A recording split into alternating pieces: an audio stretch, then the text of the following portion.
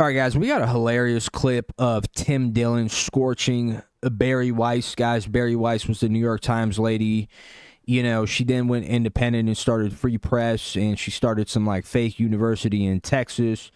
She was one of those, like, we believe in free speech, no dictators initially, and then she morphed into, like, this ultra-Zionist anti-Palestine. Oh, there's no genocide in Palestine, and all that shit went down.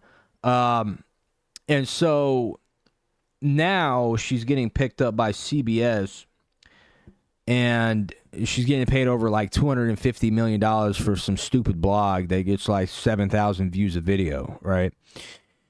And so Tim Dillon, you know, he gets on her because of that. So let's get into the clip. And again, Tim Dillon's a good guy. You know, Tim Dillon calls it like it is.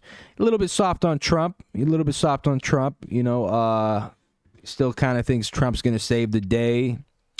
Kind of cringe, but let's get into it. The political fallout from this scandal, it would be monumental, and it would affect some of the wealthiest people in the world and our relationships with different countries, namely Israel. I mean, unless we're all completely wrong here and that Jeffrey Epstein was not at all connected to the Mossad. But it seems he was. It seems he was. So again, it would call into question this relationship that we've had with our, quote, greatest ally for a very long time. That can't happen.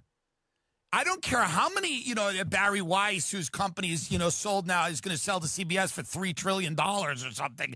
Larry Ellison's son's buying the Free Press. You know, the very important Free Press blog that is on Substack is worth $250 million.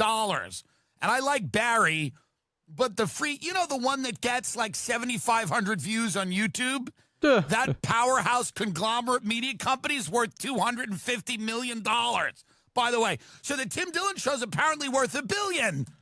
Hello, Miriam. Where's my fucking money? $300 million, $250 million for Bari Weiss's blog, in which she interviewed megastar Ross Douthat from the New York Times about why conspiracies have taken the hold of the American mind. And Ross goes, well, you know, the thing about conspiracies is there is an element of truth. Not in this one. There's not an element of truth. It's all truth. It's all the elements of all of the truth. It's not a kernel of truth. It's lots of kernels in a bag of popcorn. But this is what, and every article now is like, why have conspiracies, the minds of people are being warped, they're melting because of the conspiracy. So, you know, again, and everyone talks about, like, everyone's like, oh, the grift is to go against Israel. It's like, clearly not. The grift is $250,000 for the blog, for your blog. Yeah, so for those of you guys who don't know, just to catch you guys up, so CBS pretty much knocks on Bari Weiss's door and is offering her $250 million for some stupid blog, the Free Press blog, which gets like 7,000 views on YouTube, you know, not a huge, you know, not really doing any numbers. And so essentially what's been going on with CBS is they just merged with Paramount, right? And the whole merger thing was contingent on that they soften up on Trump and increase the pro-Israeli propaganda. Okay, so we saw a couple people that got fired. Stephen Colbert got fired. There was also a few other people that they're talking about. Jon Stewart possibly getting cut. So they're making all these moves happen. So they're hiring Bari Weiss essentially to police CBS and make sure that they're pushing like pro-Israeli disgusting propaganda, like, oh, there's no starvation going on in Gaza. What are you guys talking about? Oh, those pictures are fake.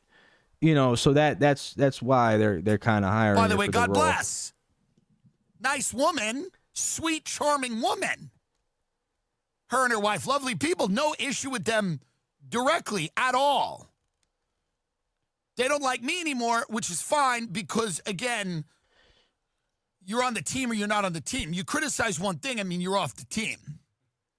You know, I mean, that website got big during a time in our country when the prevailing wisdom was that our biggest problem was that a white girl would make burritos in Portland. Remember that?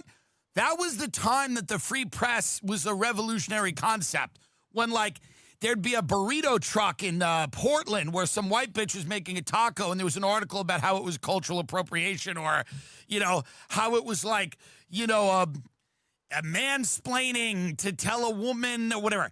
That was when the free press got big. It was when it was just like this era in our country where we were the most ridiculous, like what a pumpkin say about the history of slavery, like all of those ridiculous art. The free press came in to counter that narrative. And they had me at some of their debates, and I think some of the people that worked there are fun. And again, it's no shade to Bari, $250 million. Is it worth that? I mean, it's a blog. I mean, it's a full blog. It's a blog. And it's a small YouTube channel. Whatever. I mean, God bless.